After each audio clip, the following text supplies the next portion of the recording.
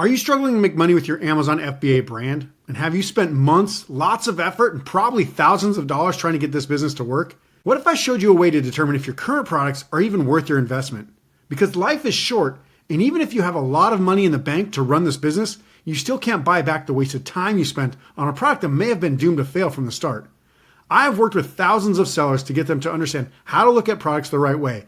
And while not all of them were successful for various reasons, they were able to learn from their mistakes and see what went wrong once we assessed the products and the business. And yeah, it does suck to have to learn from mistakes. Sometimes it is necessary, and it is absolutely the reason why I've been profitable on Amazon after all these years I've been selling. The mistakes allow me to know how to keep moving the business forward in a better way. And that's why I create videos just like this one. My hope is that you won't make the same mistakes that I and others have so you can be more profitable and more successful. Also, I want you to know when to cut ties with products that aren't going to work no matter what you do instead of doubling down and compounding the mistakes. As a bonus for watching this whole video, I'm going to give you direct access to the spreadsheet that I'll be demoing that will allow you to determine whether or not you should even work with the products that you currently have or not.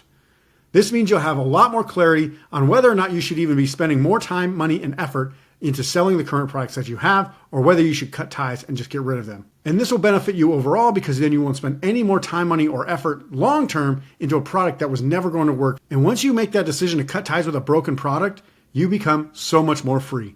You're going to feel a lot better about your business and you'll be able to move forward without having that burden on you. Of course, I can't guarantee that you'll make money with a new product or any product, but I can get you to understand what may have gone wrong and how to fix it going forward. So if you're ready to jump in and learn what's going on with your business and see if you can fix those mistakes, let's get started. Also, be sure to follow this channel with a subscribe, like the video, and comment any questions you have if you're interested in learning more about tips and strategies for Amazon FBA. All right, so here I am on the Profitability spreadsheet, and I have two examples here. I'm going to walk through them step by step to kind of show you exactly what we're dealing with and how this can help you understand your product's profitability and whether or not your current product is making profit and maybe what you can do to change that. So I'm going to give you a couple different scenarios here. The first thing is we want to understand that the price you're selling at is the price you're selling at. You can obviously change that if you want, and that will change your profitability. But let's just assume that for now, we're going to have the product price at $15.97. Now, then you would enter your actual cost of goods. This is what it would cost for the product to be manufactured before shipping. So we have the freight cost here in this column D. So you don't put the freight cost in here. You just put in your cost of goods. So if it's $3.20, so be it. Put that into the column C, cost of goods column. Then you put in your freight cost. Now this would include tariffs and duties as well, if you can actually figure that out, if your freight forwarder gives you that information. Otherwise, if they just give you a flat bill and then you divide that by the number of units you shipped in, so say it's like $3,000 and you shipped in 1,000 units, that'd be $3 per unit. You just have to figure that out. So in this scenario, it's about 40 cents.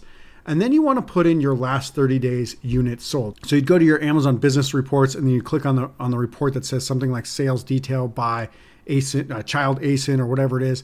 And then you find that child ASIN, and then it's going to be automatically set to the last 30 days. So then you find the last 30 days units sold, but make sure that those, all 30 days actually have sales, because if you do it too early in the day, yesterday's sales won't be reported. So maybe you want to do it a day before yesterday and then do 30 days before that. Just put that number in, whatever that number is, put that actual number in there. So on this one, it's 1,000 units for the last 30 days. This column is actually going to be pre-sorted for you. It fills it out based on a formula. It's basically just your sales price times 15%. So that's the Amazon 15% commission for basically just selling on their platform.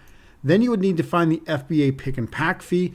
And that, for this example, would be $4.40. And this is actually a real product. I'm just using this to show you exactly what it is. If you go to your payments and click on a transaction for that product, you'll be able to find the not an estimate, but the actual pick and pack fee that was charged on that transaction. So the best way to do it that I always say, if you want to know what for sure you're being charged for your FBA pick and pack fee, go to your payments, then click on transaction view and click on a specific transaction for that same product.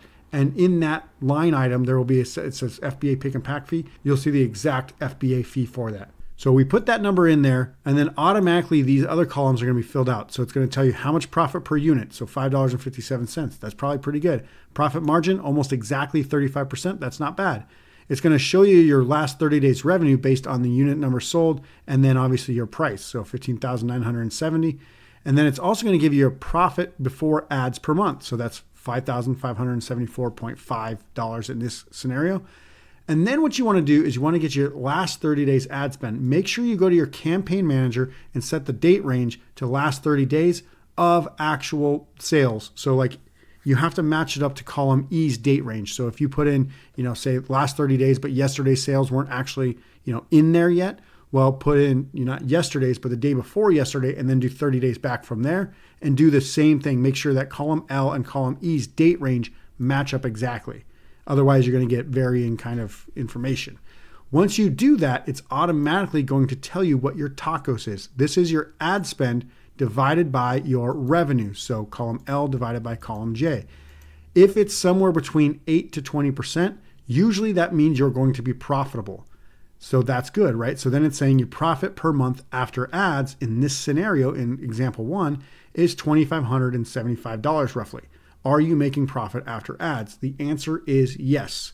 If you then said, okay, well, let's look at the ad spend, and maybe it was $6,000 to get to, $16,000. Maybe it's a launch or something like that, or whatever, different, it's a brand new product and you're trying to get more visibility. Well, then your tacos is 37.57%, and you've lost $425 over the course of that month. Did you make profit after ads? No, you did not.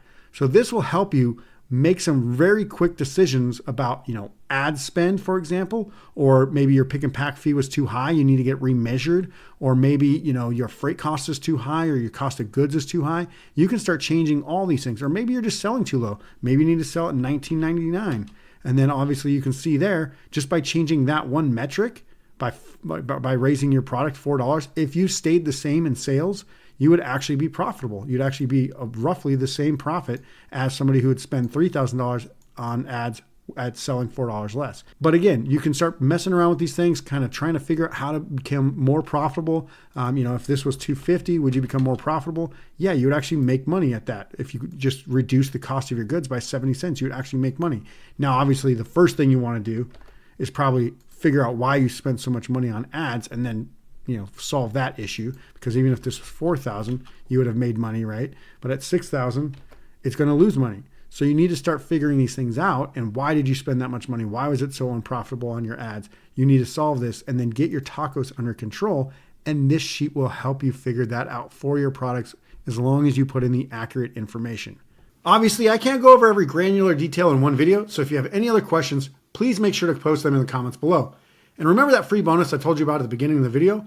Well, I want you to grab this Profitalizer spreadsheet for yourself. Just click the link below this video so you can get your free copy, so you can start understanding if your current products are profitable or not. With this tool, you should be able to figure out whether or not you're doing things right in your business and how to be able to move forward with or without your current products. Also, make sure to check out the rest of the videos on this channel to learn more about the ins and outs on Amazon FBA. Until next time, watch your metrics, take smart actions, and keep growing your business.